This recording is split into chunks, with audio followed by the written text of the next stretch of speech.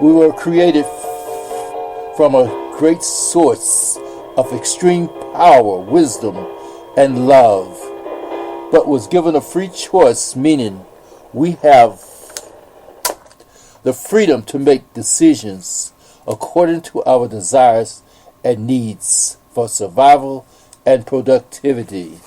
Yes, we definitely need to make good choices because this is life. In order to have a successful life, in order to have success in life, we must make a right and wise decision.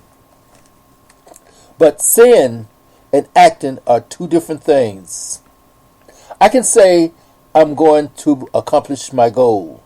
I can say I'm well in health, or I will prosper.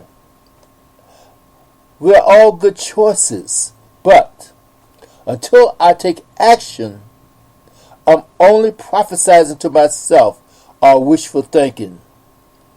Do I make plans? Do I set goals? Do I operate and work my plans? Plans must be acted on.